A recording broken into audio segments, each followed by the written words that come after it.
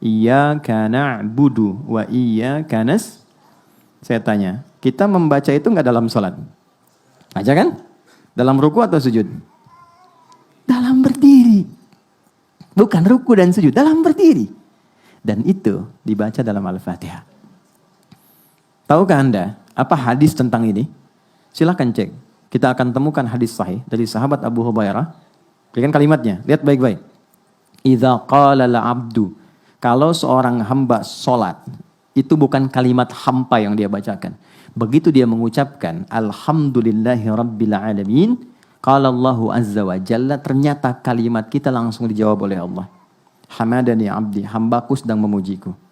Wa idza qala al-'abdu ar-rahmanir rahim, kalau hambaku berkata ar-rahmanir rahim, qala Allahu azza wa jalla, Allah menjawab hambaku sedang memujiku. Asna alayya abdi.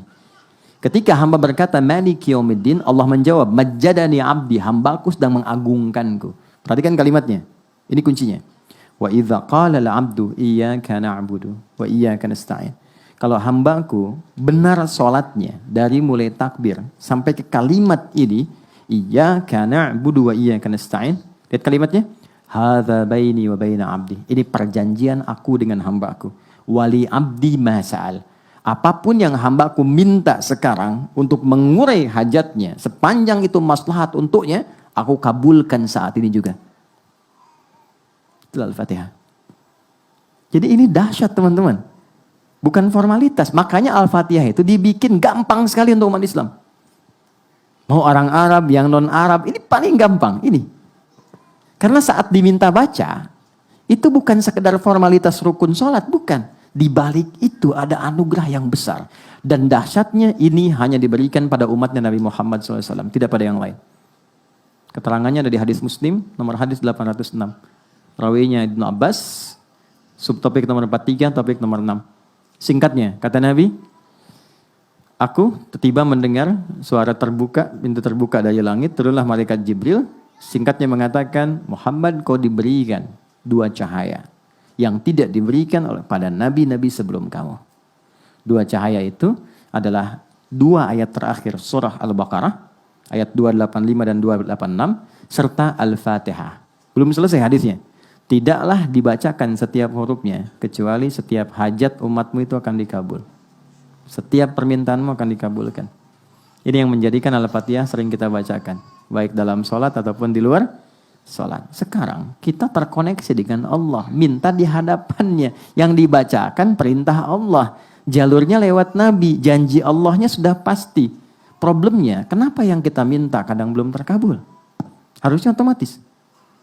Nah inilah di sini kemudian titik kita belajar. Boleh jadi cara membaca kita tidak seperti cara baca orang dulu. Orang sakit dibacain Al-Fatihah sekali sembuh.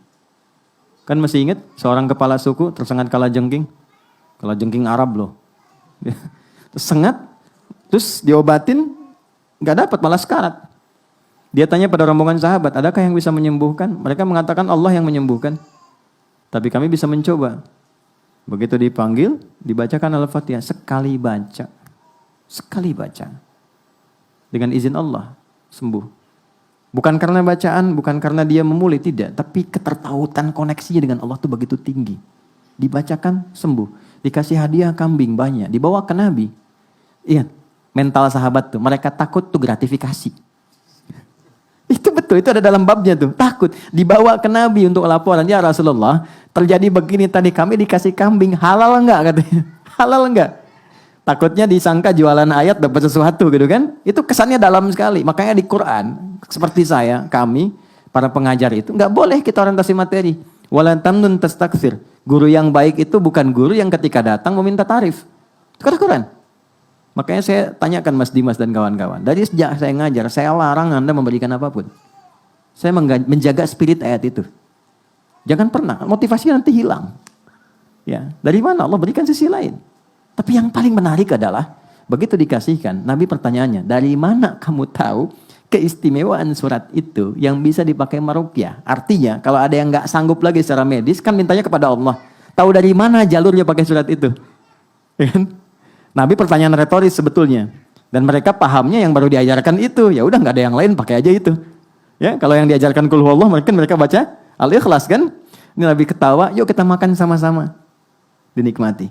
Tapi poin besarnya adalah, ketika Allah menginginkan semua persoalan terurai, pintunya dibuka, dari mulai dunia sampai dengan ke surga, sampai kebaikannya, maka dalam bahasa Arab disebut dengan Al-Fatihah. Itulah sebabnya cara baca kita mesti diperbaiki. Kita mesti memaknai apa yang kita bacakan. Dan di titik inilah kita belajar tentang bagaimana menghadirkan Al-Fatihah dengan cara yang benar saat sholat. Bisa dipahami? Oke.